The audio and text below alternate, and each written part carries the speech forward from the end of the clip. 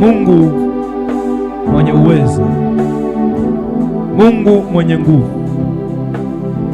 Mungu uliye mkuu, tumenyamaza kimya mbele za uso wako, tukiwa tumeinua mikono yetu juu,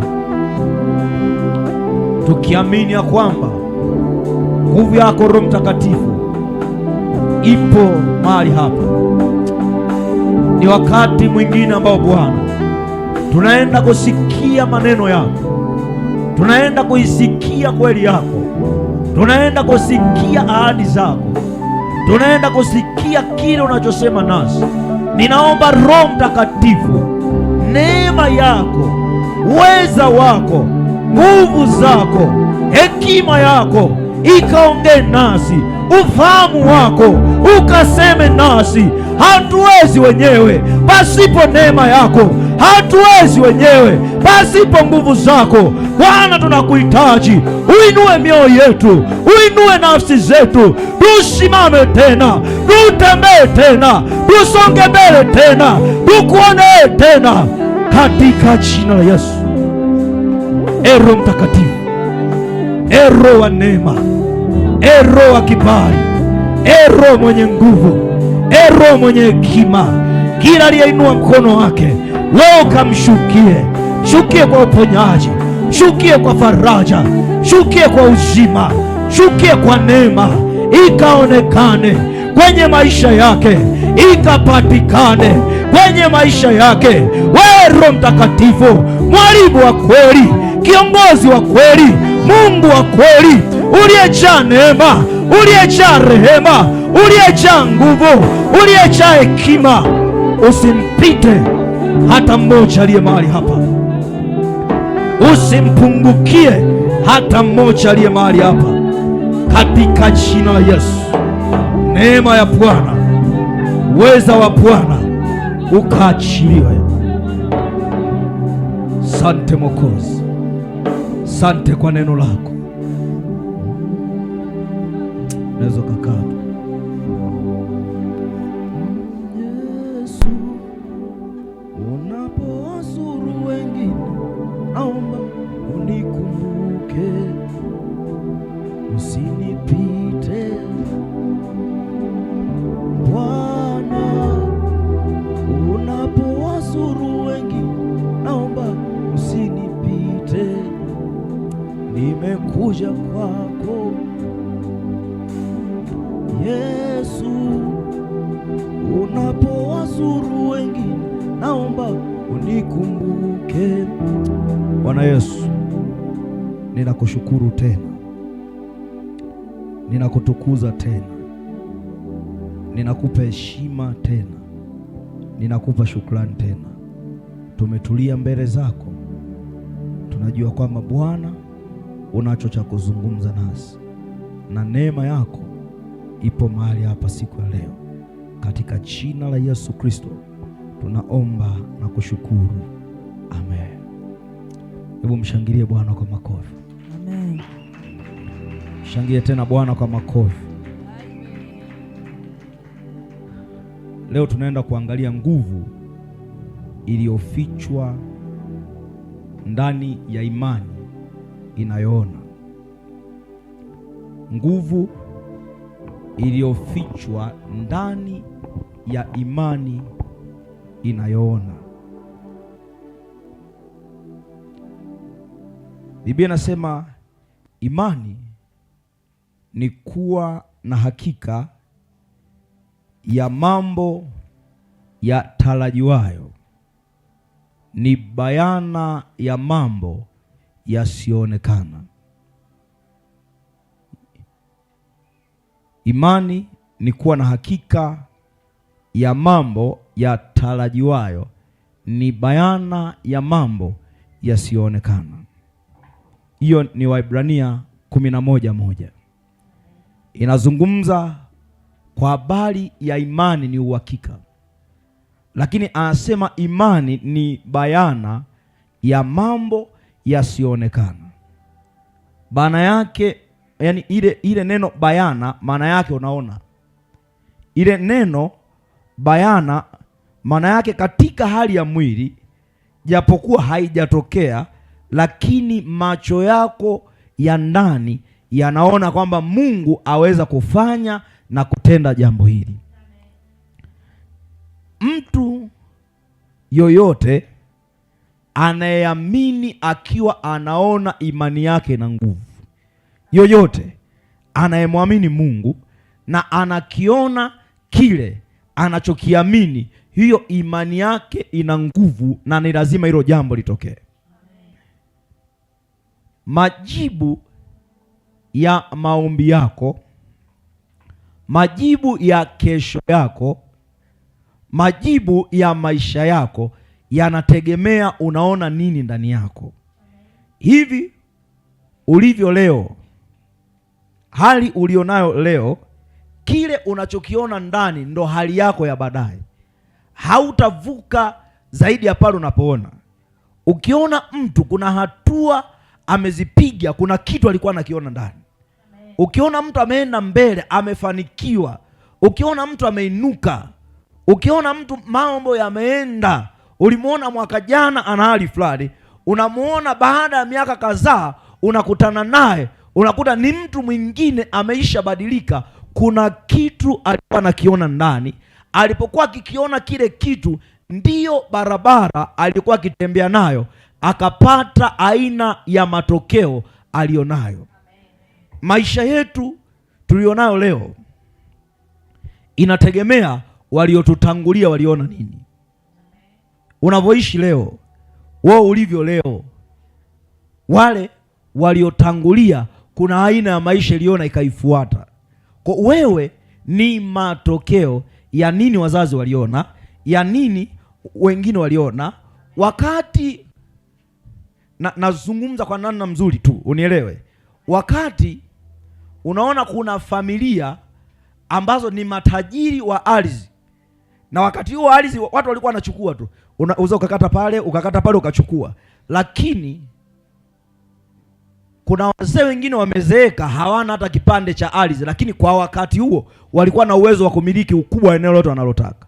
Wale waliokuwa naona kesho kwamba itakuwaje, ndio waliosema hapa ni pangu, hapa ni pangu, hapa ni pangu, pale ni pangu, kwa sababu walikuwa naona. Niwape mfano halisi. Kuna wakati ambao hii Mafinga ilikuwa haina zao la miti. Wakaja wakina Mungai, wakati ambaye ni marehemu, anahamasisha watu, pandeni miti, pandeni miti, pandeni miti. Si kwamba watu hawakuwa na ardhi, watu walikuwa na ardhi, wapo waliopanda miti na wapo ambao hawakupanda miti. Baada ya miaka, wale waliopanda leo hii wengi ukiwaangalia ni matajiri. Kilichosababisha huyu mwingine akapanda miti na huyu hakupanda miti ni kwa sababu mwingine alikuwa naona na mwingine haoni. Kwa kile unachokiona leo kitaamua hatima yako, kitaamua kesho yako, kitaamua na muujiza wako Mungu akufanyie nini. Ufinyu wa akili, ufinyu wa fikra, ufinyu wa maono utasababisha na ufinyu wa maamuzi ambao unayaamua kwa habari ya maisha yako. Mtu asiyeona ni mwepesi hata kudanganyika. Yule ambaye haoni kesho yake, yule ambaye haelewi anataka kuwa nani, yule ambaye haelewi anataka kuwa na maisha aina gani, yeye anaishi ili mradi amelala, ameamka, anaona ni sawa tu. Lakini mtu anayeona kuna mambo anajidhibiti, kuna vitu anajizuia, sio kwa sababu havipendi, anajizuia kwa sababu kuna mahali anaona mimi ninatakiwa nielekee, mimi ninatakiwa niende huko. Nguvu ya maisha ya mtu ipo kwenye kuona. Na hata dhambi, ukiona kuna dhambi imemshika mtu na mtu anaamini kwamba kwenye hii dhambi mimi siwezi kutoka, siwezi kwenda popote, anaamini kwamba hii dhambi nimejitahidi na nguvu inanisumbua, lakini neno linasema pasipo maono mtu huacha kufanya nini? Kujizuia. Ukiona mtu hajizuii kwenye uzinzi, hajizuii mahali panapoharibu maisha yake, hajizuii kwenye makundi yanayoharibu maisha yake, ni kwa sababu haoni, bado hajaamua hatima yake ya kesho anataka kuwa nani. Mungu anapokuita anataka kitu cha kwanza uone. Wewe unapookoka Mungu anataka uone. Ndio maana unafundishwa neno. Neno linasema nini? Ahadi za Mungu kwenye maisha yako ni nini? Baraka za Mungu zipoje kwenye neno la Mungu ni nini? Zipoje hizi baraka, zipoje? Anachotaka Mungu aingize ndani yako ni kuona. Ukishaanza kuona, kitu kinakuwa na thamani. Kitu ambacho haujakiona hakiwezi kikawa na thamani. Hata huu wokovu ambao tunasema kwamba tumeokoka, kama haujaona thamani ya wokovu ndani yako, utaona ni jambo rahisi kuacha wokovu.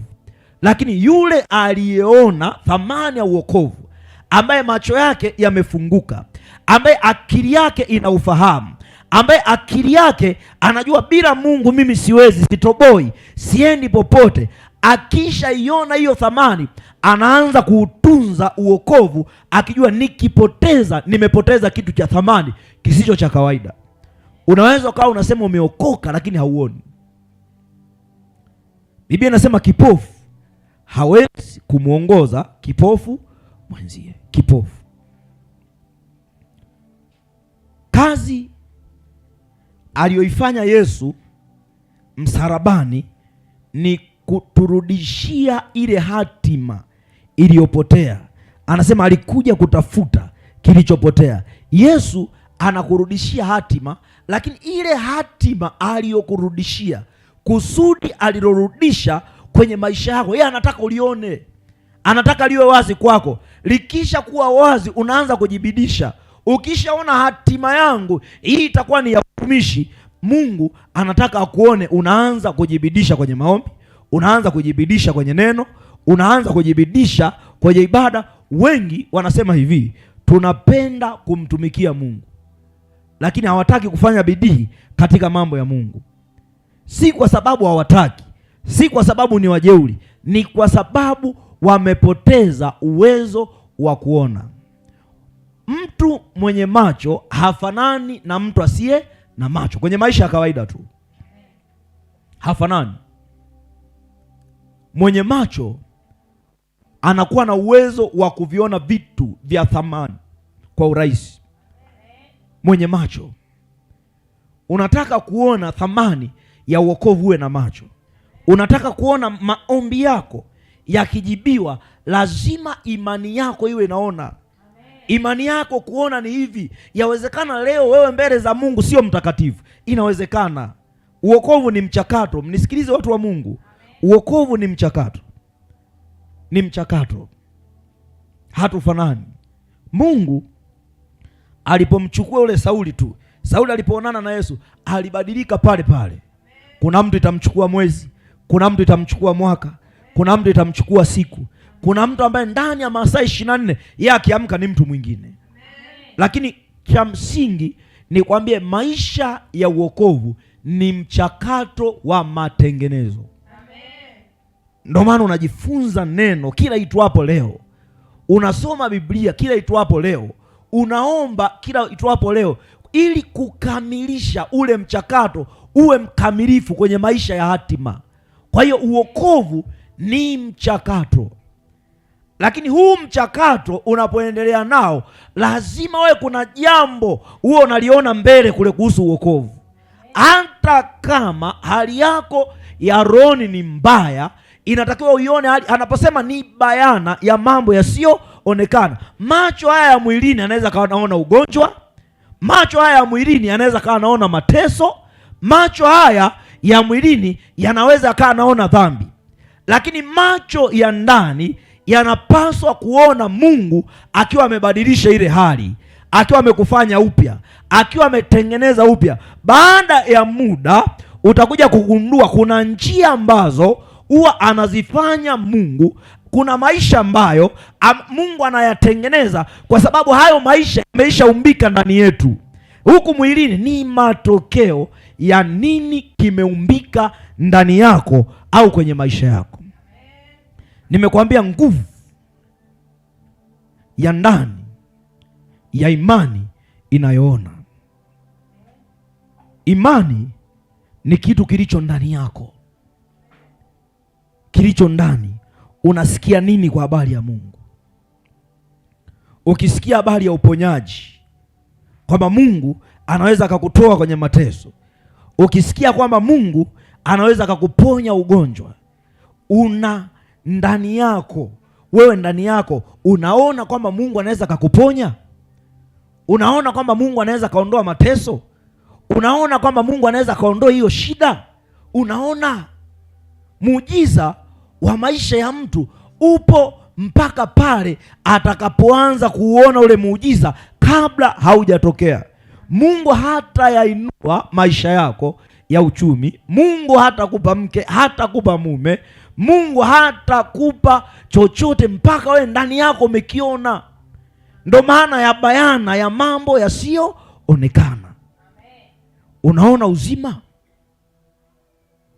unaona Mungu akijibu mahitaji yako, unaona Mungu akiponya afya yako, yale ambayo umeyaomba kwa muda mrefu, unaona Mungu akiyaleta kwako.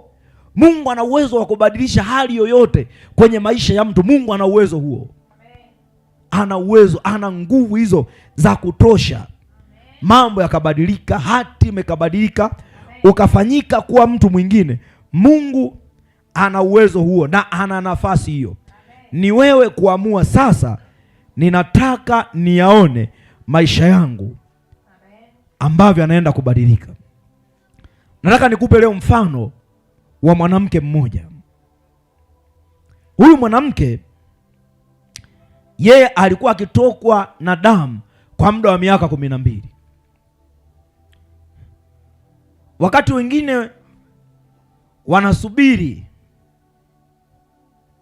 mwisho wa mwezi, miaka 12 yote, siku 365, mwaka wa kwanza, mwaka wa pili, mwaka wa tatu, mpaka inafika miaka 12, yule mwanamke anatokwa na damu. Lakini siku moja akasikia ya kwamba Yesu anapita. Aliposikia ya kwamba Yesu anapita, na kwa sababu alijua mahali popote anapopita Yesu makutano umfuata, akajua kumwambia Yesu, ninaomba niombee katikati ya watu wengi sio jambo rahisi. Akasema, lakini huyu anayepita, mimi nikienda nikagusa vazi lake nitapona. Aliamini ya kwamba kwa kugusa vazi tu mimi naweza nikapona. Huyo mwanamke akachukua hatua ya imani. Wakati makutano wengine wanahangaika kushangilia Yesu anapita, wanapiga makofi, yeye anahangaika namna gani atajipenyeza afike pale kwa Yesu amguse vazi. Biblia inasema hivi, mara tu alipoligusa vazi la Yesu, Biblia inasema mara ile ile damu ikakauka. Hiyo ni imani. Alikuwa anaona ya kwamba mimi nikigusa lile vazi nitapona. Kwa akaweka nia ya kwenda kuligusa vazi, ni kwa sababu aliona, sio kwamba alipata uzima kwa sababu amegusa vazi, ila haitoshi. Na hata Yesu aliposema nguvu zangu zimepungua, wanafunzi wakamshangaa. Anauliza, kwa nini? Nani amenigusa vazi? Wanafunzi wanashangaa, wanasema katikati ya makutano wewe unaulizaje nani amekugusa vazi? Waliogusa mavazi ya Yesu walikuwa ni wengi, lakini aliyepona ni mmoja. Amen. Wanaomba ni wengi, lakini atakayejibiwa leo anaweza kawa ni mmoja. Amen. Kuomba ni rahisi, kusema Mungu nimekuja ni rahisi, ila kuona muujiza, hilo ndio jambo lililo gumu. Ndani yako wewe lazima uone kwamba kuna muujiza. Amen. Biblia inasema kulikuwa na msongamano, watu wakamsonga Yesu, wanamgusa, lakini kuna mtu mmoja tu, yani yule mmoja tu, yeye alipomgusa tu Yesu akapona. Kuna kiwango cha imani ukiwa nacho ndani yako unamgusa Mungu. Kuna kiwango cha imani, kuna kiwango cha kuona muujiza ukiwa nacho ndani unamgusa Mungu. Anaposema imani ni hakika ya mambo yatarajiwayo, ni bayana ya mambo yasiyoonekana. Lazima uanze kuona kwanza. Na ndio maana Mungu wakati anamwambia Ibrahim nitakupa uzao na nitakufanya kuwa taifa kubwa. Mungu hakumwambia chumbani, alimwambia Ibrahim, toka nje. Alipotoka nje, anaambia Ibrahim, angalia kule juu mbinguni, angalia mbinguni, unaona nini? Ibrahim anasema naona nyota. Anamuuliza, unaweza ukazihesabu hizo nyota? Unaweza kuhesabu? Anasema mimi siwezi kuhesabu. Anamwambia, ndivyo uzao wako utakavyo kuwa. Alitaka atengeneze picha ndani yake Ibrahim auone uzao. Kuna mambo ya kiroho ni haki yako uyapate, lakini kama hauoni, utakuwa unafanana na mtu ambaye amedondosha shilingi 200, amefumba macho na anaendelea kuitafuta. Imani ili upate, imani ili upokee, ni lazima uhakikishe unaona. Utasoma kile kitabu cha Marko sura ya 5 25 mpaka 31. Utaona jinsi ambavyo yule mwanamke aliponywa kwa kugusa vazi la Yesu na akapokea uzima. Sasa nikwambie hivi, huyu mwanamke hakuomba kwa sauti, lakini pia huyu mwanamke hakuitwa kwamba njoo uombee. Wengi wanafikiri ili Mungu awaponye lazima mimi mchungaji niseme njoo nikuombee. Wewe ukiamini ndani, ukiamini ndani yako, hata hapo ulipokaa Mungu anaendelea kukuwekea uzima. Umeamini, unatembea kwenye imani hiyo, unataka uone matokeo. Huyu hakuitwa. Yesu hakusema natangaza maombi, njoo nikuombee. Yeye alisema mimi ninaenda kwa Yesu niguse mavazi na nitapokea uzima. Amen. Lakini hakuzungumza chochote na Yesu kwamba amtie moyo, amwambie mwanangu utapona, mwanangu utapokea uzima, mwanangu usihofu, hiyo damu yako itakauka. Yeye mwenyewe moyoni mwake akasema ninaenda kugusa mavazi. Wengi mnafikiri maombi ni sauti tu. Unaweza ukanyamaza kimya mbele za Bwana na Mungu akafanya jambo ambalo umeliomba wewe moyoni. Kuna nyakati tumewapa watu utukufu kwa sababu sisi tuliomwamini tumeondoka kwenye nguvu ya. Ndio maana kuna mtu anaweza akakaa akasema hivi ninavyoumwa hivi mimi siwezi kupona mpaka mchungaji aniwekee mikono. Hakuna kuwekewa mikono. Mungu hajazuia, lakini kuna nafasi yako ya wewe kupokea muujiza kulingana na kile unachokiona. Sio kila saa unahitaji kuwekewa mikono. Hatima ya mtu haiendi kwa sababu anawekewa mikono. Hatima ya mtu inaenda kwa sababu anaona ile kesho yake, anauona ule muujiza wake, anayaona maisha yake ya kesho, anaona ukuu alionao ndani. Bwana Yesu asifiwe. Ile sura 5 mstari wa 30 anasema, mara Yesu huku akifahamu nafsini mwake kwamba kuna nguvu zimemtoka, akageuka kati ya makutano akasema, ni nani aliyenigusa mavazi yangu? Sema ni nani aliyenigusa mavazi yangu? Ili wewe upokee nguvu.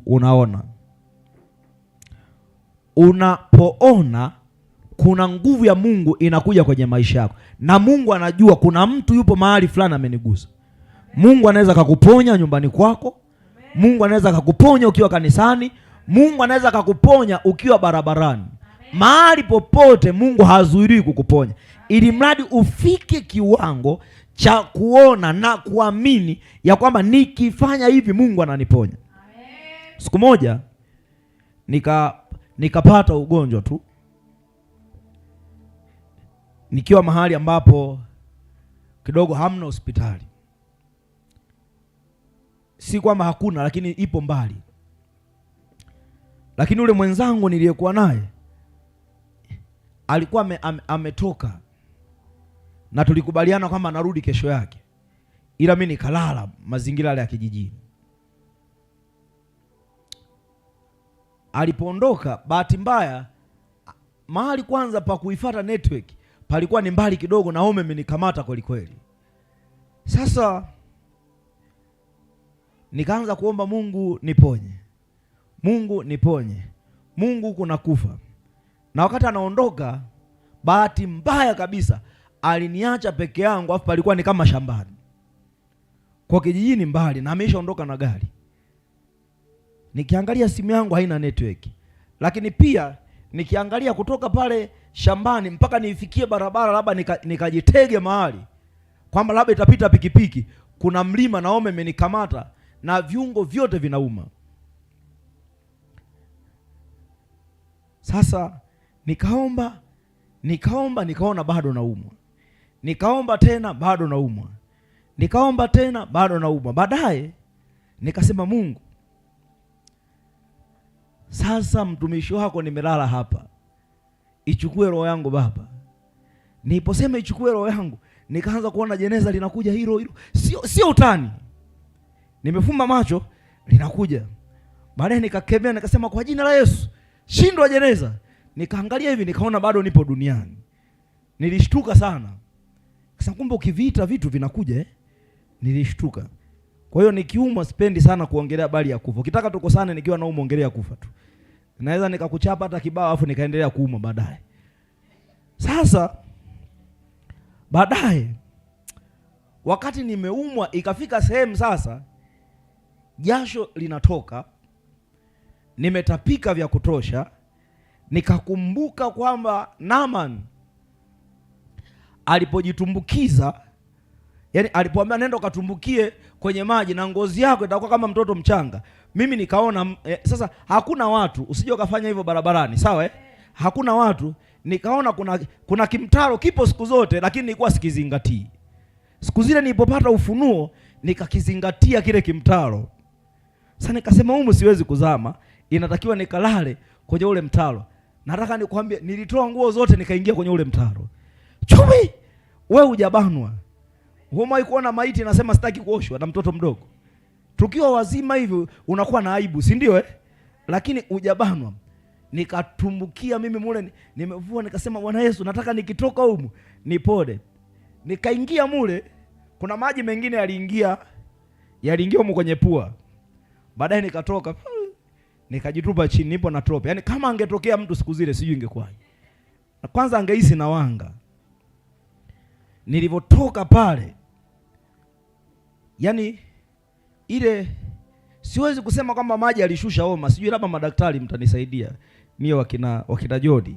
Nilivotoka pale nikaona homa imeisha, kichwa kimeacha kuuma, tumbo haliumi. Nikachukua sabuni, nikaanza nipo tu peke yangu naimba yuko Mungu wa Israeli hapa. Nikaoga na kuoga. Sijawahi kuoga mimi kwenye kimtu, ndo kwa mara ya kwanza. Naona nikaoga bila aibu, nikavaa na nguo zangu. Alipokuja jamaa asubuhi naambia, wewe bwana, jana nilibanwa. Akaniambia, sasa ulifanyaje? Nikamwambia namna nilivyofanya. Akasema, wewe jamaa wangu, angekukuta watu si wangeona na wanga. Sinieli nionekane na wanga lakini nimepona. Imani ni kama kichaa tu, kama kilivyo kichaa kingine. Imani ni kama kichaa. Mimi nilipona kwa namna hiyo, lakini sikwambii wewe utapona kwa namna. Ni ufunuo wakati, lakini haina maana kama nitengeneze kimtaro sasa hapa muwe mnaingia. Sawa Wewe Mungu, nachotaka nikwambie, ukiamini na ukauona uzima, Mungu atakuletea uzima. Ukiamini ukaiona mauti, Mungu ataacha roho ya mauti kujie, kwa sababu unaiona mauti. Si kwamba Mungu haponyi, lakini unaona kwenye maisha yako, wewe unaiona hatima yako, unaiona amani ya ndoa yako, unaiona amani ya watoto wako. Maisha ni matokeo ya nini waliona waliotutangulia, lakini ni matokeo ya kile tunachokiona leo. Yale ninayoyaona leo watayaishi watoto wangu. Amen. Mimi nikibarikiwa watoto wangu wataishi kwenye baraka. Mimi nikiwa maskini watoto wangu wataishi kwenye umaskini. Mimi nikiwa tajiri watoto wangu wataishi kwenye utajiri. Mtu akiwa na fedha, mtoto wake hana kazi, lakini unasema huyu ni mtoto wa bosi. Mtoto wa bosi ni nani? Mtoto wa bosi ni nani? Na mtoto wa kapuku ni nani? Kwa kapuku anapata kapuku, bosi anazalisha bosi. Nadhani unanielewa Lakini vyote ni matokeo ya macho. Mimi siwezi kukataa uhalisia. Maisha nilionayo leo ni matokeo ya nini wazazi wangu waliona huko nyuma. Niliwahi kuona, lakini ni picha tu inapita, ni picha inapita, inaonyesha baba mwingine huyu, yani baba mwingine huyu anaenda kukagua majumba yake. Alafu huyu baba mwingine inaonyesha amekaa hivi ameshika shavu. Niliona hiyo picha siku moja mtandaoni. Alafu akasema ngoja turudishe picha zao za ujana. Kwenye picha zile za ujana akaonekana ule baba mwingine ameshuka chupa ya bia, anacheza namna hii, wakati mwenzie anakata mashamba, analima. Manake hawa wote walikuwa wanaona kwa hawa kwenye uzee wao, huyu anaishi kwenye uzee akiwa na raha, huyu anaishi kwenye uzee akiwa na shida. Kwa nini? Ni matokeo ya nini waliona nyuma. Kama kuna kitu unakiona, hautapuuza maisha yako na utayathamini maisha yako. Ngoja niwaambie hivi.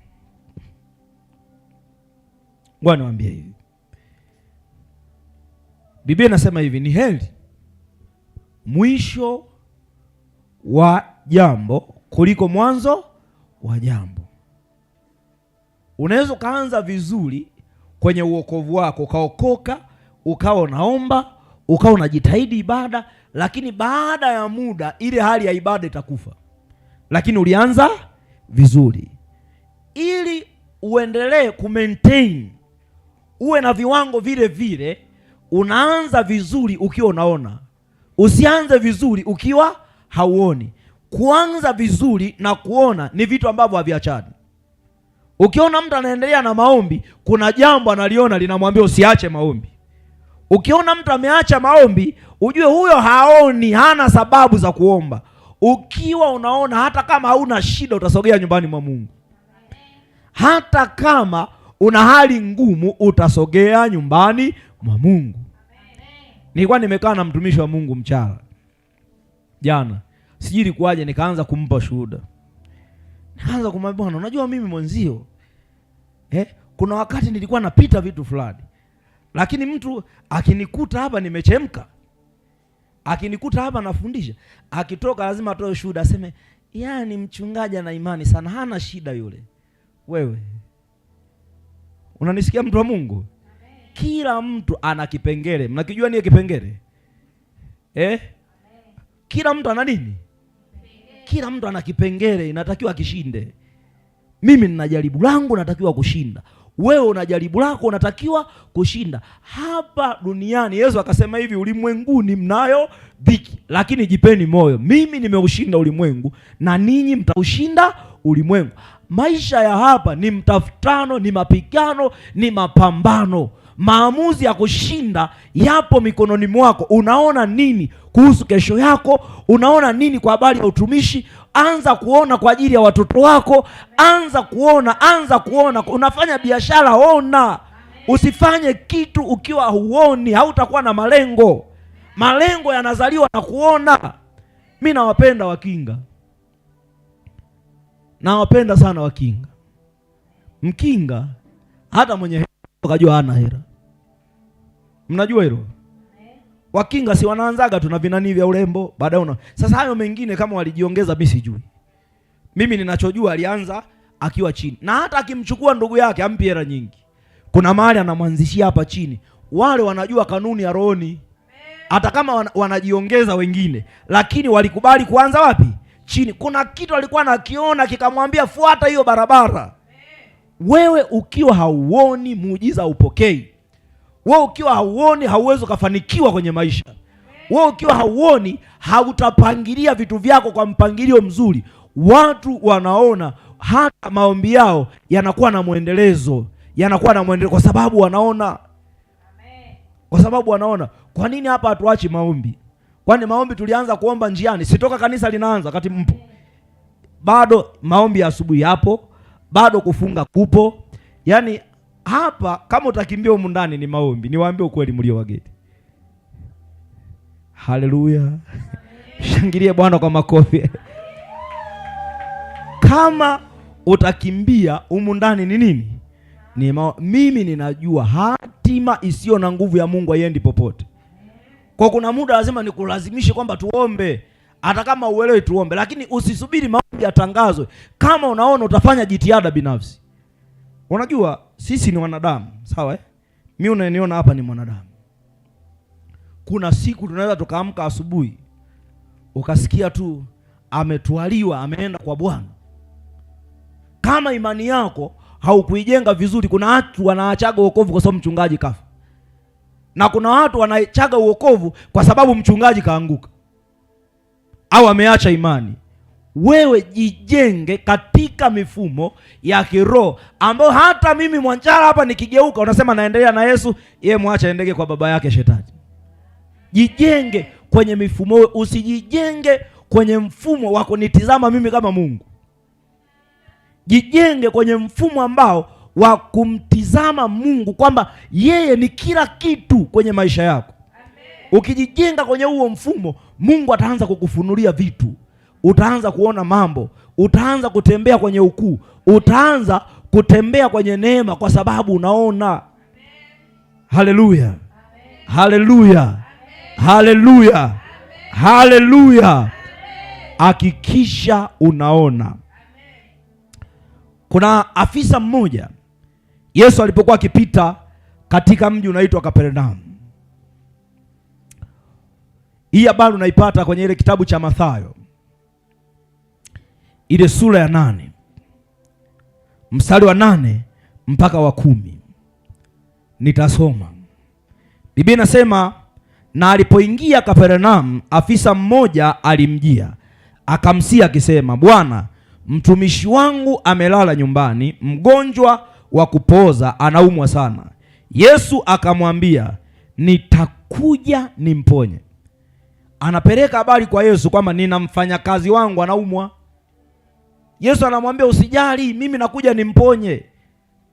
Manake Yesu alikuwa na utayari wa kwenda kwenye nyumba ya huyo mtu, lakini yule mtu, kuna jambo hapa, kuna jibu ambalo anampa Yesu. Anasema, yule afisa akamjibu akasema, Bwana, mimi sistahili wewe uingie chini ya dari yangu, lakini sema neno moja tu na mtumishi wangu atapona. Kwa maana mimi nami ni mtu niliyewekwa chini ya mamlaka, mwenye askari chini yangu. Nikimwambia huyu nenda, huenda, na huyu njoo, huja, na mtumwa wangu fanya hivi, hufanya. Yesu aliposikia hayo alistajabu, akawaambia wale waliomfuata, amini nawaambieni, sijaona imani kubwa namna hii kwa yoyote katika Israeli. Mstari wa 13, Mathayo 8. Na Yesu akamwambia yule afisa, nenda zako na iwe kwako kama ulivyoamini. Mtumishi wake akapona wakati ule ule. Unisikilize hapa. Yesu ameletewa hitaji ya kwamba kuna mfanyakazi wangu yuko nyumbani amelala, yupo katika hali ya kupooza. Kupooza maana yake hawezi kufanya kitu chochote. Yaani mtu aliyepooza ni moyo unadunda lakini hawezi kufanya chochote. Ndio maana mtu aliyepooza hawezi kutembea, hawezi kula. Wengine nafika sehemu wanakula kwa mirija, amepooza. Huyu alikuwa hawezi, yupo kwenye hali ya kupooza. Anapeleka hitaji kwa Yesu. Yesu anamwambia usijali, ninakuja nyumbani kwako ili nimponye. Yule anamwambia, Bwana, wewe sema neno, ukisema neno mtumishi wangu atapona. Baada ya hapo Yesu anasema, imani kubwa namna hii katika Israeli sijapata kuona. Na Biblia inasema, na Yesu akamwambia, wewe nenda zako, iwe kwako kama ulivyoamini. Kiwango cha imani na kuona kinaamua muujiza. Huyo aliamini, hapa akasema na iwe kama, anasema akapona saa ile ile. Kuna mahusiano kati ya wewe kuamini na wewe kupokea muujiza. Kuna mahusiano. Struggle na kitu, unaweza ukapambana na kitu kwa miaka, unaweza ukapambana na ugonjwa, ukapambana na jaribu, ukapambana na jambo kwa miaka mingi kwa sababu hauamini.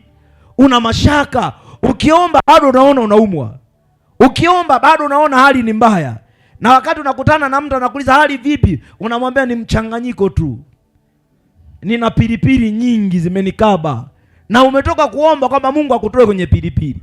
Kama una vipengele, inatakiwa uone vipengele vimeondoka, ndipo Mungu anapoingilia kati jambo.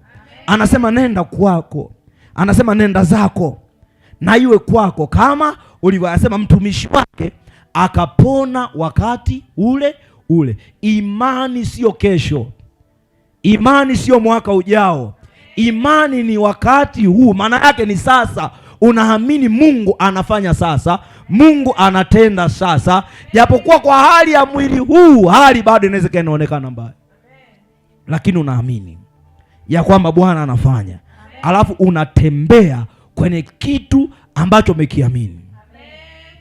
Mtu yoyote akiweka imani kwa Mungu, akaweka imani kwa Mungu, huwa nawaambia hivi, ulifika wakati mimi nikisikia mama yangu amezaa nilikuwa nalia. Nikisikia mama amezaa nalia. Kwa nini nalia? Naona kabisa mama anazaa, lakini hali nyumbani ni ngumu. Na nikipewa ile taarifa amezaa, mtu akwambii kwamba bwana sijaishi nyumbani, niko mbali.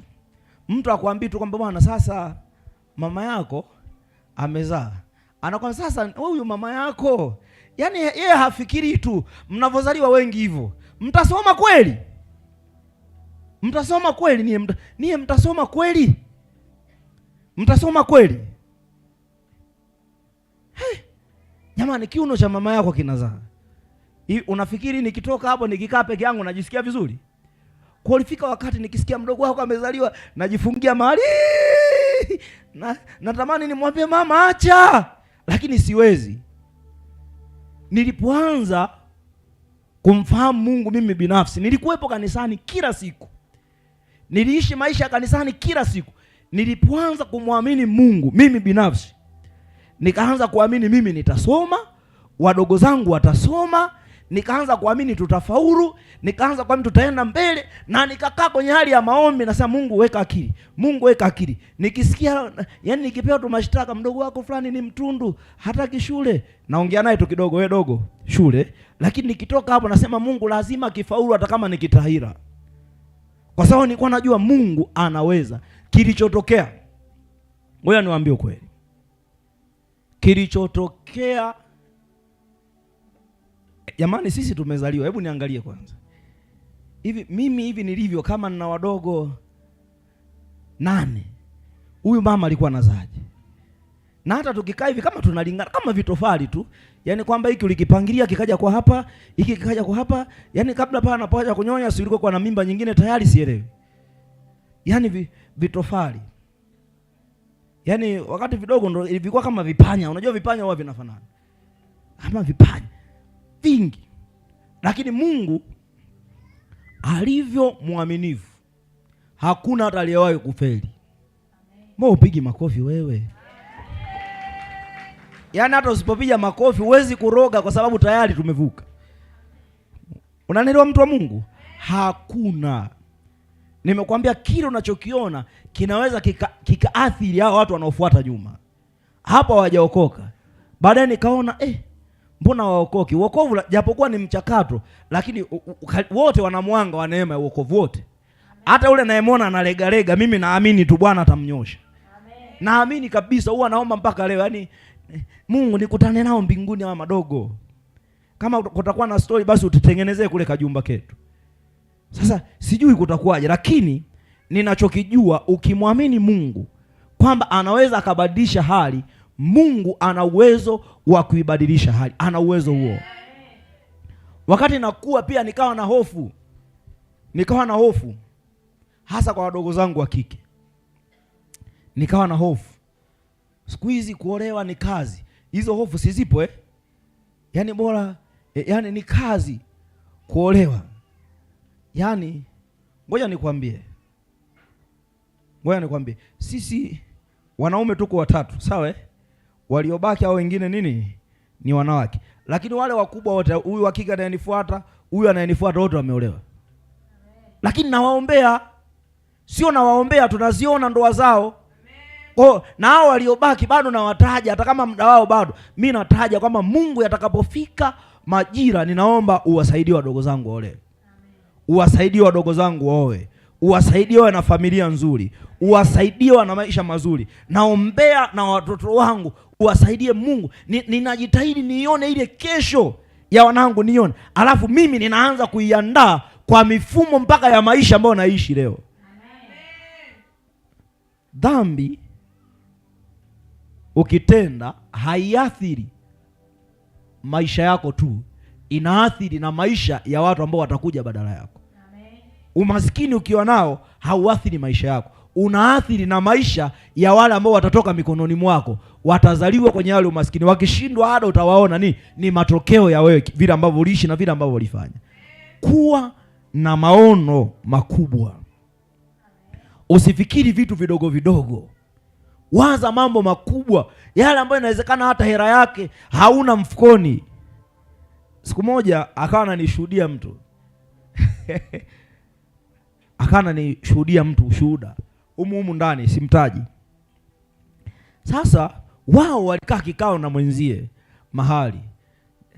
Siku hiyo bahati mbaya huyo mwenzie akasikia mimi mchungaji hapa nasema tutajenga jengo la bilioni kadhaa. Akamwambia mwenzie, akasema, we, huyu mchungaji si atatukamua mpaka tuishi bilioni kadhaa? Wamekaa wawili huko. Kwani vitu vingine alivyovileta Mungu hapa ameviletaje? Kama tulimwamini Mungu kwenye milioni, tutashindwa kumwamini kwenye bilioni? Kama tulimwamini Mungu kwenye kamera hii tunayotumia, tunashindwa kumwamini Mungu? Yaani Mungu aliyetupa milioni 5 na kitu, sawa, ndiye Mungu huyo anaweza katupa bilioni. Mungu aliyenunua hizi speaker ndiye Mungu huyo anaweza kabariki maisha yako. Ukashangaa siku moja unasema mimi natoa milioni 500 peke yangu. Umebarikiwa. Kuna hatua ambazo kishaenda, kuna vitu sio tatizo. Unajua, Mungu atusaidie tuondoke kwenye umaskini. Mwambie jirani yako atusaidie tuondoke kwenye umaskini. Yaani kuna mtu akiona hata unakula chips anasikitika, unatumia hela vibaya, kwani usipike nyumbani? Kwa sababu hana. Kuna mtu akiona mtu amenunua gari zuri, anasema maskini ni wengi, ananunua hili gari, anatembea peke yake. Kwa nini asichukue tu, asinunue kagari ka milioni 3? Alafu ndio maana Yesu akasema maskini mlikuwa nao siku zote, lakini amua kuwasaidia. Kuna muda akili yako ijituni kwenda kwenye level nyingine ya maisha, ndio utayaona yale maisha yanatokea. Haiwezi akili kabaki nyuma afu nataka nje kubadilika, haiwezekani. Nje kunabadilika kwa sababu ndani kumeisha badilika. Sasa nataka nikwambie jambo hili. Nataka nikwambie kwa habari ya mwanamke mmoja Mkanani. Huyu mwanamke anapatikana katika kitabu cha Mathayo ile sura ya 15 mstari wa 27 mpaka 28, lakini anza kusoma 20 hapa ili uelewe habari yake vizuri. Huyu mwanamke Mkanani alikuwa na binti yake amepagawa na mapepo. Ana binti yake amepagawa na mapepo, alafu anamwendea Yesu, anamwambia, Yesu, ninaomba unisaidie kumponya binti yangu. Ninaomba unisaidie. Unisikilize hapa, pata kusaidia. Nataka nikwambie kuhusu mwanamke huyu Mkanani. Akaenda mbele za Bwana, akamwambia Yesu, ninaomba unisaidie kumponya binti yangu aliyepagawa na mapepo. Yesu huyu aliyemjibu yule afisa, nitakuja nimponye, ndio Yesu huyu anayemwambia mwanamke, siwezi kuwapa mbwa chakula cha watoto. Yaani ni Yesu huyo aliyemponya kwa huyu afisa ambaye alikuwa na mtumwa wake anaumwa. Ni Yesu huyo anamjibu huyu mwanamke, siwezi kuwapa mbwa chakula cha nini? Cha watoto. Siwezi kuwapa. Ni Yesu huyo anawajibu majibu tofauti. Huyu mwanamke katika hali ya mwili ilitakiwa achukie kwamba nimejibiwa vibaya. Ilitakiwa achukie kwamba huyu ndo Yesu anayesema na huruma, lakini huyu Yesu mwenye huruma hanipi chochote. Anaposema siwezi kuwapa mbwa chakula cha watoto, maana yake huyu mwanamke alikuwa na kasoro, alikuwa hajaokoka, alikuwa sio mtoto wa Mungu. Biblia inasema wote waliompokea aliwapa uwezo wa kufanyika watoto. Huyu hakuwa mtoto wa Mungu, hakuwa mfuasi wa Yesu. Lakini kwa Yesu, yeye alikuwa amefuata, ana jambo lake, na hilo jambo alikuwa na mtoto ambaye amepagawa na mapepo. Yule mwanamke anamwambia Yesu, anamjibu Yesu, Bwana, lakini hata mbwa waweza kula makombo ya angukayo mezani. Mbwa wanaweza kula makombo. Mbwa, yawezekana, kwa lugha nyingine anamwambia Yesu, yawezekana sina haki kwa sababu sijafika viwango vya utakatifu. Yawezekana siwezi kupata kwa sababu kuna maisha ambayo unayataka mimi sina, lakini Bwana Yesu, ninaomba hata makombo. Cha msingi alizingatia apokee uzima, sio kwa sababu hajaokoka, sio kwa sababu hana utakatifu, japokuwa siku encourage kutokuwa na maisha ya utakatifu, kwa sababu usipokuwa nayo hata ukipokea muujiza hautadumu. Lakini ninachokufundisha ni wewe kumwamini Mungu katika nyakati ngumu. Zile nyakati ambazo watu wanaona umeshindwa, wewe ndo utoke pale kama shujaa, useme mimi ninamwamini Bwana, yeye anaweza kufanya hilo. Na ukiri, kuna wakati watu wakuona umechanganyikiwa, hiyo ndio imani. Ustaarabu ukizidi hauwezi kumwamini Bwana. Bwana Yesu asifiwe. Baada ya hapo Yesu anamwambia imani yako ni kubwa. Sema imani yako ni kubwa. Sema imani yako ni kubwa. Na iwe kwako kama utakavyo. Akapona binti yake tangu saa ile. Binti yake alifanya nini? Alipona. Kwa nini watu hawapokei? Mtu anapeleka hitaji kwa Mungu, lakini anaiona na ile dhambi yake. Sawa, anauona na ule udhaifu wake, lakini amepeleka hitaji kwa Mungu. Nimekuambia uokovu ni mchakato ambao yawezekana kila mmoja na kipengele. Kuna vipengele vinaonekana na kuna vipengele ambavyo havifanyi nini? Havionekani. Usimcheke yule mwenye kipengele kinachoonekana. Unapomcheka huyu labda ambaye ni mlevi, ukumbuke na wewe huo unasengenyaga huku kimya kimya. Tunaelewana Unapomcheka huyu ni mzinzi, uzinzi wake umeonekana, ukumbuke na wewe, lakini unakulaga zaka. Nirudie tena. Kila mmoja ana kipengele, anahitaji kufanya nini? Kutengeneza. Wengi wanaenda mbele za Mungu kupeleka mahitaji, lakini ndani yao hawana ujasiri, kwa sababu kuna jambo linawashtaki. Kuna kitu kinawashtaki. Kuna hatia ipo ndani yao. Wewe unapoenda mbele za Mungu, ukisema Mungu nisamehe, na unapeleka lile hitaji lako, kitakapokujia kile kitu ambacho unajua kabisa ni kibaya kwa Mungu, kinachofanya ni kuzoofisha imani. Unakuwa uamini kama Mungu atafanya. Kwa nini? Umeiona dhambi ikiwa imesimama mbele yako, haujaona Mungu akiwa amesimama mbele yako. Haitakiwi tuyaone tunapopeleka mahitaji kwa Mungu, haitakiwi tuone mapungufu tulionayo. Inatakiwa tuende kule tukijua tumekuja kwa Bwana, ashughulikie tatizo lililotuleta kwake, ashughulikie na maisha yetu yabadilike. Badiliko la maisha, badiliko la akili, badiliko la ufahamu, hilo linaamua na muujiza utokee kwenye maisha yako. Kuna watu wanauliza hili swali, ngoja nikusaidie leo. Watu wanauliza hivi, Ibrahim ni baba wa imani. Wangapi tunakubaliana kwamba Ibrahim ni baba wa imani? Wangapi tunakubaliana? Aha. Sasa nataka nikuambie baba yetu wa imani ni Ibrahim. Lakini huyu baba wa imani ukimwangalia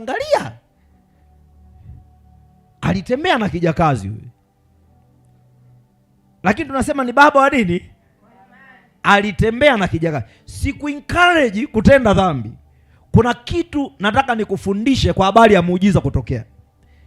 Huyu alitembea na kijakazi, akapatikana mtoto anaitwa Ishmaeli. Yule sio mtoto wa haja, kuzaa na Sara. Mke wake akamshawishi kwamba wewe Ibrahim, mimi siwezi kuzaa, ni mzee.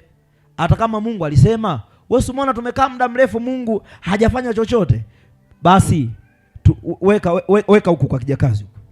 Ukiweka huku kijakazi atupatie uzao. Alipotembea na kijakazi, kweli kijakazi akapata uzao. Baada ya muda na mke wake yule sasa wa ndoa na yeye akapata mtoto, wakaanza kugombana. Wale wanawake wanagombana, Mungu akamwambia, hey, Ibrahim, toa huyo kijakazi, baki na mke wako. Kwa sababu Mungu anajua nani ni halali. Ndio maana alisema huyo aondoke. Lakini ukimfuatilia huyu Ibrahim, pamoja na mambo hayo, pamoja na vitu vyote hivyo, bado Mungu aliendelea kumbariki. Umewahi kujiuliza kwa nini? Aliendelea kumbariki. Kwa nini Mungu aliendelea kumbariki? Ni kwa sababu alikuwa anaona.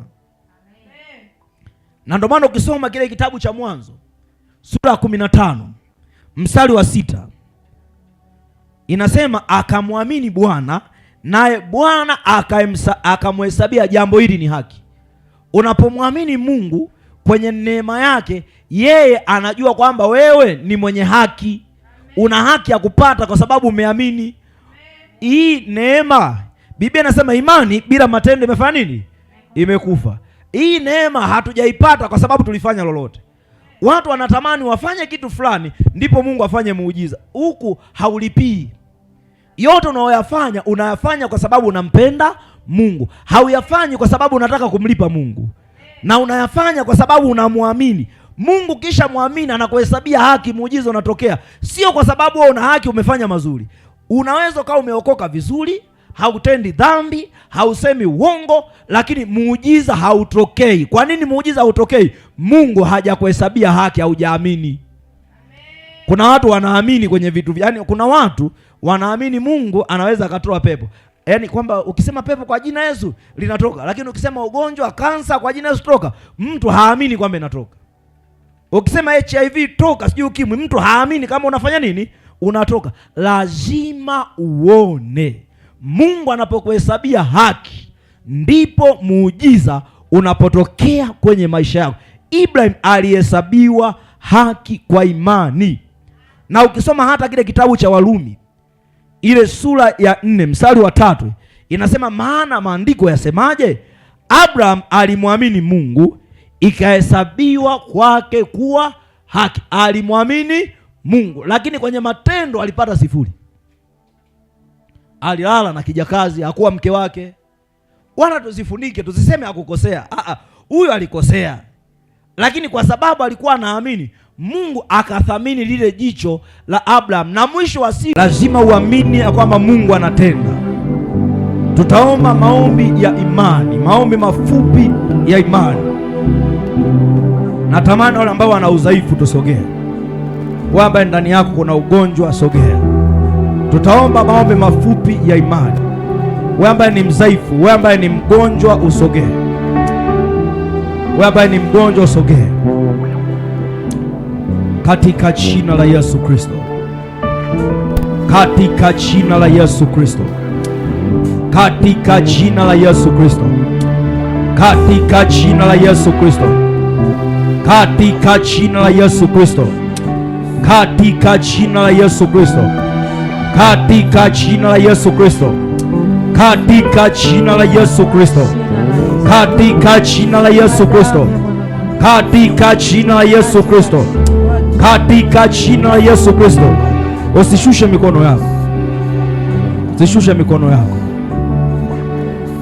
Katika jina la Yesu Kristo. Yule ambaye ana kitu chochote kinachomsumbua, nawe sogea hapa. Mkae kuelekea huko. Ambaye ana kitu kinamsumbua ndani, mkae kuelekea huko. Roho Mtakatifu yupo. Neema ya Mungu ipo. Neema ya Mungu ipo. Neema ya Mungu ipo. Ambaye ana kitu ndani kinamsumbua, neema ya Mungu ipo. Nataka wewe unaendelea kuomba. Hata kama nazungumzia, endelea kuomba. Kuna vitu ambavyo Mungu anataka afanye kwenye maisha yako.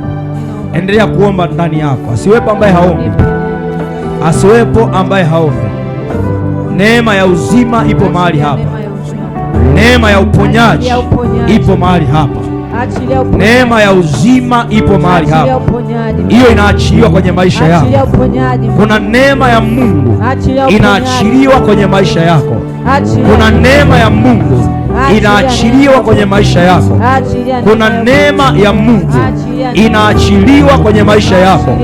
Kuna neema ya Mungu inaachiliwa kwenye maisha yako. Kuna neema ya Mungu inaachiliwa kwenye maisha yako.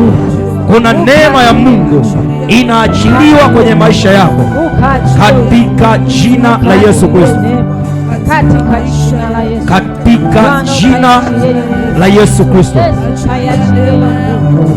ninaiachilia neema ya Mungu katika jina la Yesu Kristo. Pokea neema ya uzima,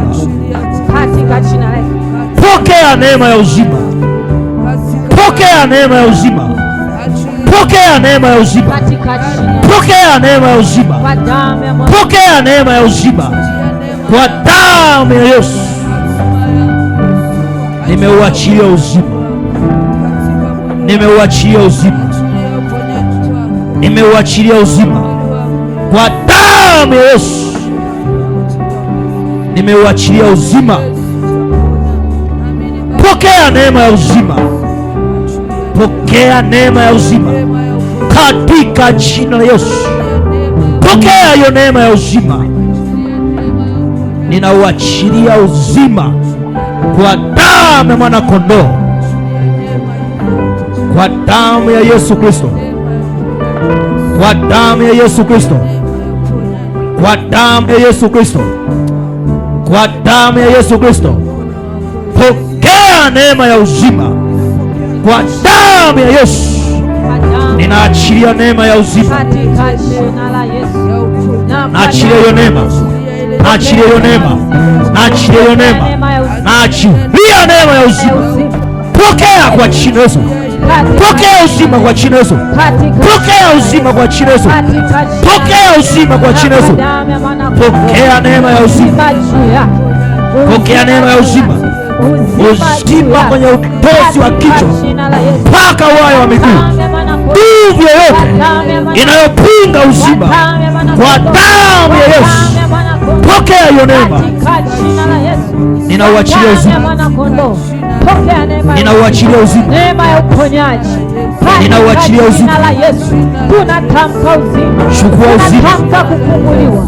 Tunatamka uponyaji. Chukua uzima wako. Yesu. Kwa damu ya mwana kondoo. Kuanzia sasa na uwe mzima. Toka maumivu. Toka magonjwa. Toka mateso. Toka roho ya mateso. Toka ndani yake. Katika jina la Yesu. Nimetangaza uzima katika ulimwengu wa roho na katika ulimwengu wa mwili. Pokea neema ya uzima katika jina la Yesu. Ninaiachilia neema ya uzima kwa damu ya Yesu. Pokea neema ya uzima. Ipokee. Pokea hiyo neema. Pokea hiyo neema katika jina la Yesu. Na hiyo juu yako katika jina la Yesu. Damu ya mwana kondoo. Kwa damu ya mwana kondoo. Katika jina la Yesu. Katika jina la Yesu. Kwa damu ya Yesu. Kwa damu ya Yesu. Kwa damu ya Yesu. Kwa damu ya Yesu. Katika jina la Yesu. Katika jina la Yesu. Katika jina la Yesu. Tunaita uzima. Neema ya uzima. Tunatamka uzima. Ninaita uzima kwa jina la Yesu. Katika jina la Yesu. Uzima kwa damu ya Yesu. Katika jina la Yesu. Neema ya uzima. Damu ya mwana kondoo. Kwa damu ya Yesu. Kwa damu ya Yesu. Ninaachilia nguvu ya Mungu. Ninaachilia nguvu ya Mungu. Ninaachilia nguvu ya uponyaji. Uponyaji wa roho. Uponyaji wa nafsi. Uponyaji wa roho. Uponyaji wa nafsi. Uponyaji wa madhabahu. Katika jina la Yesu. Chukua uzima kwa damu ya Yesu. Pokea neema ya uzima. Pokea neema ya uzima. Pokea neema ya uzima katika jina la Yesu. unaotoka kwa Bwana. Katika jina la Yesu. Mungu haina nafasi. Pokea nguvu. Mungu haina nafasi. Katika jina la Yesu. Mungu haina nafasi. Kwa damu ya Yesu. Kwa damu ya Yesu. Kwa Kwa damu ya Yesu. Kwa jina Yesu, pokea hiyo neema ya uzima, neema ya uzima, neema ya uzima, neema ya uzima. Chukua neema ya uzima, chukua neema ya uzima, chukua neema ya uzima, chukua neema ya uzima, chukua neema ya uzima, chukua neema ya uzima, chukua neema ya uzima, chukua neema ya uzima, chukua neema ya uzima, chukua neema ya uzima. Ninaachilia moto, chukua neema ya uzima, ninaachilia moto, chukua neema ya uzima, chukua neema ya uzima, chukua neema ya uzima, chukua neema ya uzima, chukua neema ya uzima. Damu ya Yesu, damu ya Yesu, damu ya Yesu, damu ya Yesu, damu ya Yesu, damu ya Yesu, damu ya Yesu, damu ya Yesu, damu ya Yesu, damu ya Yesu, damu ya Yesu. Achilia neema ya uzima, pokea kwa jina la Yesu, pokea kwa damu ya Yesu, pokea neema ya uzima,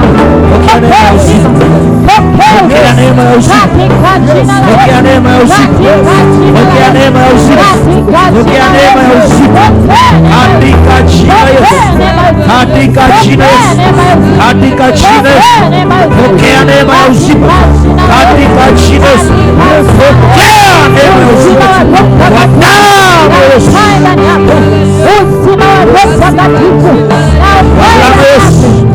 pokea hiyo neema uzima kwa maisha yako, kwa damu ya Yesu, kwa damu ya Yesu, pokea neema ya uzima, pokea neema ya uzima, roho ya udhaifu, roho ya udhaifu, roho ya udhaifu, roho ya udhaifu, roho ya udhaifu, roho ya udhaifu, roho ya udhaifu, roho ya udhaifu, inapiga kwa moto, inapiga kwa moto, inapiga kwa moto, inapiga kwa moto, inapiga kwa moto, inapiga kwa moto, inapiga kwa moto, inapiga kwa jina la Yesu. Kila roho ya udhaifu, kila roho ya udhaifu, roho ya udhaifu, roho ya udhaifu, roho ya udhaifu, roho ya udhaifu, roho ya udhaifu, roho ya udhaifu, roho ya udhaifu, roho ya udhaifu, inapiga hiyo roho kama Yesu, kama Yesu, kama Yesu, kama Yesu,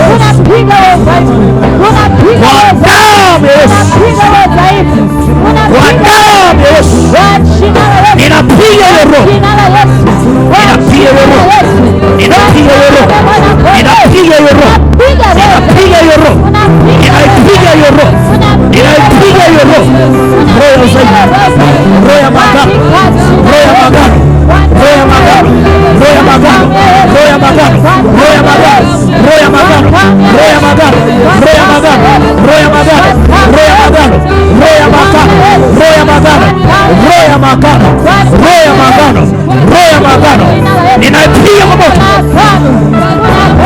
ila agano, teketea, teketea, teketea, teketea, teketea, teketea, teketea, teketea, teketea, teketea, teketea, teketea, teketea, teketea, teketea, inapiga nguvu ya agano, agano, agano, inaita hilo agano, inaita hilo agano, inaita hilo agano, inaita hilo agano, inaita hilo agano, inaita hilo agano, teketea kila madhabahu, teketea, teketea, teketea, teketea, teketea, teketea, kila roho ya agano, kila roho ya agano, kila roho ya agano, kila roho ya agano, roho ya udhaifu, roho ya udhaifu, udhaifu wa magonjwa, udhaifu wa ngozi, uliyepiga inaamuru moto, uliyeweka udhaifu inaamuru moto, uliyeweka udhaifu inaamuru moto, uliyeweka udhaifu inaamuru moto, uliyeweka udhaifu inaamuru moto, uliyeweka udhaifu, udhaifu achia, achia kwa damu ya Yesu, achia. Ninakuamuru, ninakuamuru, ninakuamuru, ninakuamuru, ninakuamuru, achia, achia, achia, achia kila seli za taa, kila seli za taa, kila seli za taa, uliyeingia kwenye seli za damu, uliyeingia kwenye seli za damu, uliyeingia kwenye damu, uliyeingia kwenye damu, uliyeingia kwenye damu, uliyeingia kwenye damu. Ninatuma moto, ninatuma moto, uliyeingia kwenye damu, uliyeingia kwenye damu, uliyeingia kwenye damu. Ninaachilia moto, ninaachilia moto, ninaachilia moto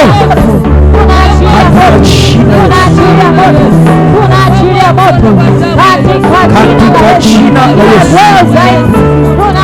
Ninamsogeza mbele zako mwamba wa uzima, mwamba wa uzima, mwamba wa uzima. Imeandikwa kwamba kila lililofichwa litafunuliwa, kila lililofichwa litafunuliwa, kila lililofichwa linalotesa maisha yake, kila lililofichwa linalotesa maisha yake, kwa damu ya Yesu ninauamuru uzima ukaingie kwenye maisha yake, ukaingie ndani yake, ukaingie ndani yake, ukaingie ndani yake, ukaingie ndani yake. Chukua uzima kwa jina la Yesu. Chukua uzima, chukua uzima, chukua macho ya uzima, chukua uzima, chukua uzima, chukua uzima, chukua uzima, chukua uzima, chukua uzima, chukua uzima, chukua uzima, chukua uzima kwenye hatima, chukua uzima kwenye hatima, chukua uzima kwenye hatima, kwa damu ya Yesu. Chukua uzima kwenye hatima yako, chukua uzima kwenye hatima yako, chukua uzima kwenye hatima yako, chukua uzima kwenye hatima yako, chukua uzima kwenye maisha yako, chukua uzima kwenye uokovu wako, kwa damu ya Yesu. Pokea huo uzima, amani ya moyo wako na ikawe nyingi, furaha ya moyo wako na ikawe nyingi, amani ya maisha yako na ikawe nyingi. Kuanzia leo umechukua uzima, umechukua uzima, umechukua uzima, umechukua uzima, umechukua uzima, umechukua uzima, umechukua uzima, umechukua uzima, umechukua uzima, umechukua uzima, umechukua uzima, umechukua uzima. Damu ya Yesu, kamata moto, kamata moto, piga kwa nguvu ya Bwana, piga kwa nguvu ya Bwana, shika moto, shika moto, shika moto, shika moto, kamata moto, kamata moto, katika jina la Yesu, katika jina la Yesu, katika jina la Yesu, katika jina la Yesu, katika jina la Yesu, katika jina la Yesu, katika jina la Yesu. Endelea kutembea, shika moto, kamata nguvu ya giza, kamata nguvu ya giza, kamata nguvu ya giza, kamata nguvu ya giza. Ngoja, simama, simama, simama miguu yako, katika jina la Yesu, katika jina la Yesu, katika jina la Yesu, katika jina la Yesu, katika jina la Yesu, katika jina la Yesu. Anza kutamka baraka kwa habari ya maisha yako, anza kutamka uzima kwa habari ya maisha yako, anza kutamka uponyaji. Msaidie, msaidie leo, anza kutamka uponyaji, anza kutamka uzima, anza kutamka baraka, anza kutamka uzima, tamka uzima, tamka baraka, tamka uzima, tamka baraka, tamka uponyaji, tamka uponyaji, tamka uzima. Endelea kutamka baraka, endelea kutamka uzima, endelea kutamka baraka, endelea kutamka uzima.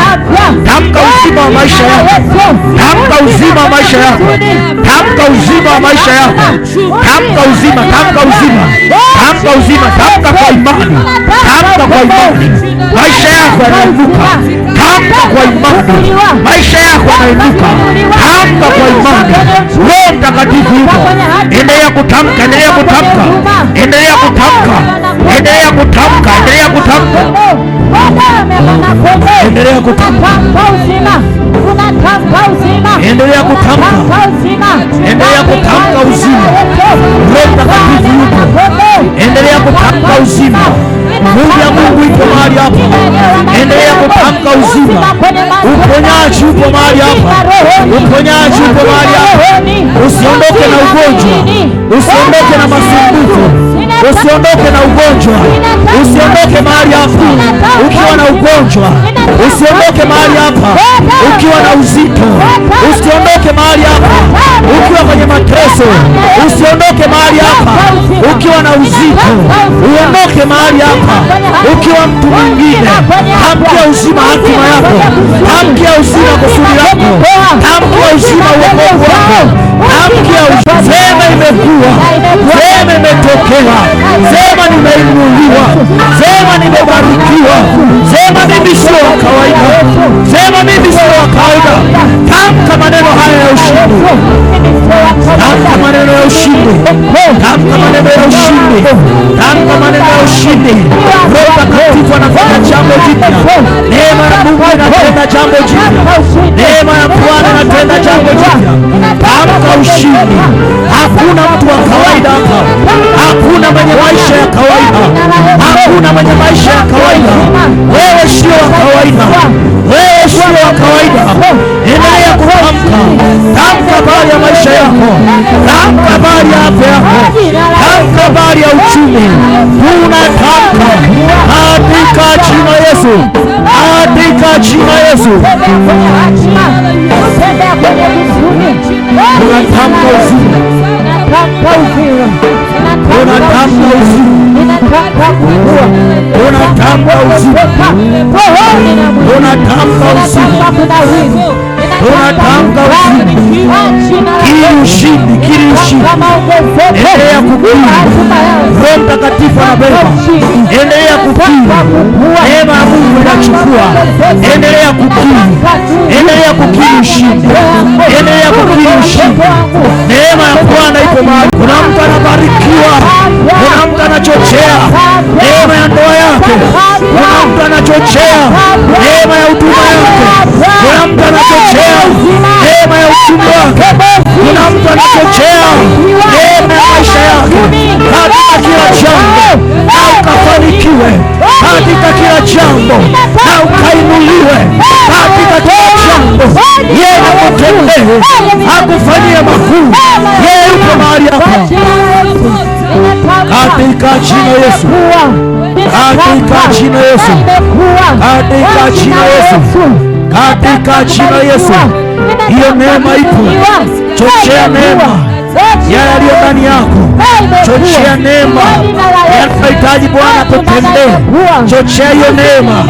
Tamka kwa Bwana, tamka kwa Bwana, tamka kwa Bwana, tamka kwa Bwana, tamka kwa Bwana. Ukiwa unachochea hiyo neema, tamka kwa Bwana. Ukiwa unachochea hiyo neema, tamka kwa Bwana. Endelea kuomba, Roho Mtakatifu yupo. Endelea kuomba, usiwe mvivu wa kuomba. Endelea kuomba, endelea kuomba, chochea hiyo neema. Endelea kuomba, endelea kuomba, endelea kuomba. Wewe unamwamini Bwana, wewe ni mtu mkuu, wewe sio mtu wa kawaida. Maisha yako hayawezi kuwa ya kawaida, huduma yako haitakuwa kawaida, wokovu wako hautakuwa kawaida. Kuna jambo jipya Bwana alitenda ndani yako, kuna jambo jipya Bwana analifanya ndani yako. Hautakuwa kawaida, wewe ni mtu mkuu, hautakuwa kawaida. Wewe ni mtu mkuu, hautakuwa kawaida.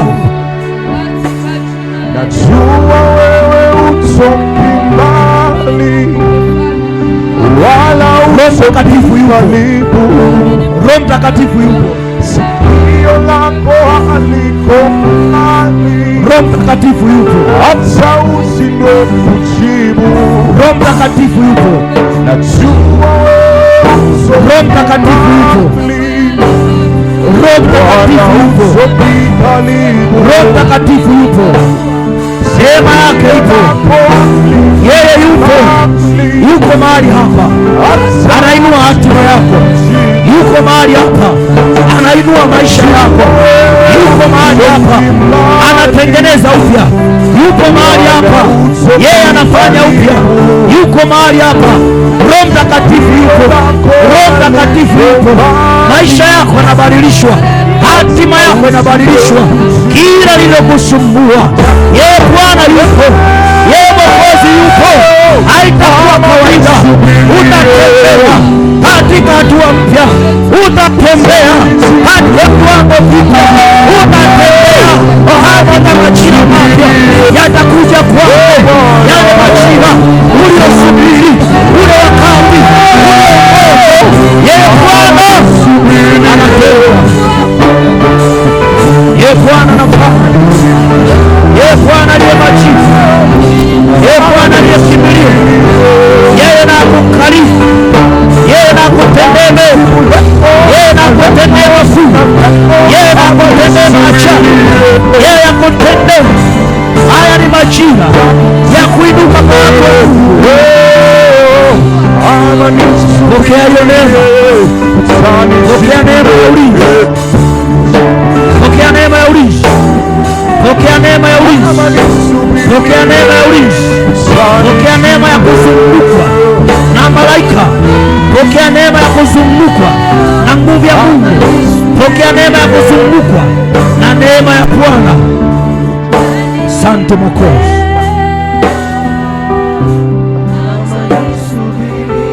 Asante kwa ajili ya uhai, asante kwa ajili ya uzima, asante kwa ajili ya neno lako, asante kwa ajili ya maombi ambayo Bwana nimeomba leo. Ninajua umesikia, ninajua umenijibu, ninajua umetenda, hata saa hii umefanya, hata saa hii umetenda. Ninakuomba Bwana Yesu, imarisha hatua zangu, hatua za uokovu, hatua za afya, hatua za ndoa yangu, hatua za amani, hatua za uchumi, hatua za maisha. Maisha yangu yakawe marefu, yasiwe mafupi. Ninakataa kufa nikiwa na umri mdogo, ninakataa kuondoka kabla ya wakati. Zile siku ulizoniandikia nilipokuwa nikizaliwa, nilipokuwa nikija duniani, zikatimie katika jina Yesu. Nisiondoke duniani kabla sijawa mtu mkuu, nisiondoke duniani kabla sijaacha historia itakayosomwa kwa vizazi, itakayoandikwa kwa vizazi, itakayosomwa kwa vizazi. Jina langu nisiondoke duniani likiwa halikumbukwi, vizazi na vizazi vikakumbuke jina langu kwa yale ambayo wewe Bwana Yesu utanitumia. Ninakushukuru Bwana kwa kunifanya kuwa mtu mkuu, ninakushukuru Bwana kwa kunifanya kuwa mtu mkuu katika jina la Yesu. Kuanzia leo nimepokea na nimekuwa mtu mkuu. Kwenye fahamu zangu nitatembea nikijua mimi ni mtu mkuu.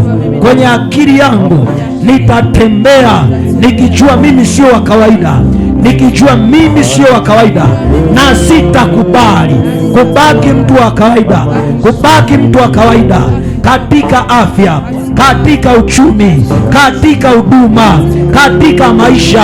Wala uzao wangu hautakuwa wa kawaida, hautakuwa wa kawaida, hautakuwa wa kawaida. Mwenye kutoa majina, ukanipe jina katika dunia hii kama ulivyompa Ibrahimu jina lake. Vizazi hata vizazi tunavisikia, na kwenye maisha yetu na kwenye nyakati zetu ikaonekane hivyo na ikawe hivyo. Majina yetu yakatamkwe toka vizazi hata vizazi, toka vizazi hata vizazi, toka vizazi hata vizazi, toka vizazi hata vizazi. Tukatambulike ya kwamba ni watu wakuu, tukatambulike ya kwamba ni watu wakuu katika jina la Yesu. Nimepokea, nimepokea, nimepokea ukuu, nimepokea hatima, nimepokea huduma, nimepokea uchumi, nimepokea amani ya familia yangu. Kuanzia leo nitaishi nikiwa na mtizamo mwingine kwa habari ya maisha yangu. Basi mwambie Bwana asante, mshukuru Mungu, shukuru Mungu, mwambie Bwana nashukuru, Mwambie Bwana, ninakushukuru. Asante Roho Mtakatifu. Ni maombi yangu